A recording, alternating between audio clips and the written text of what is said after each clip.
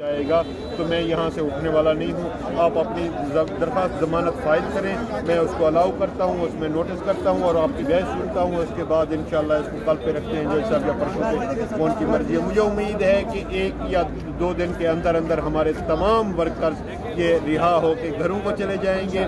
یہ ان کے خاندان والوں کے لیے خوشخبری ہے.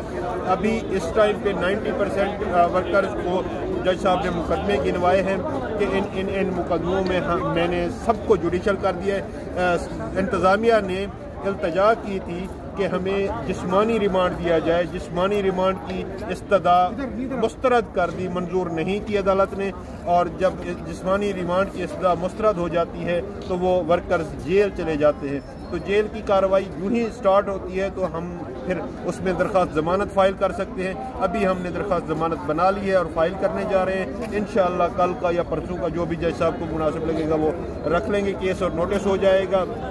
باقی ان تمام ورکرز کے گھر والوں کو مبارکباد جن کی حد تک جج صاحب نے کہا ہے کہ میں ان میں 1 بائی 1 چیک کرتا ہوں, ایک ایک کر کے دیکھتا ہوں اور ان کو ڈسچارج کرتا ہوں. یعنی ان میں سے کچھ لوگوں کو مقدمہ خارج کرنے کا بھی حق مل گیا ہے اور ان کے لیے جج صاحب نے کہا ہے کہ میں تھوڑی دیر تک آپ کو بتاتا ہوں, اور کچھ کی حد تک وہ مقدمہ خارج کر دیں گے یا ڈسچارج کر دیں گے, اور باقی کی حد تک یعنی زیادہ تعداد جو مقدموں کی ہے ان میں جوڈیشل کر دیا ہے. انشاءاللہ ہمیں انہی عدالتوں سے امید ہے.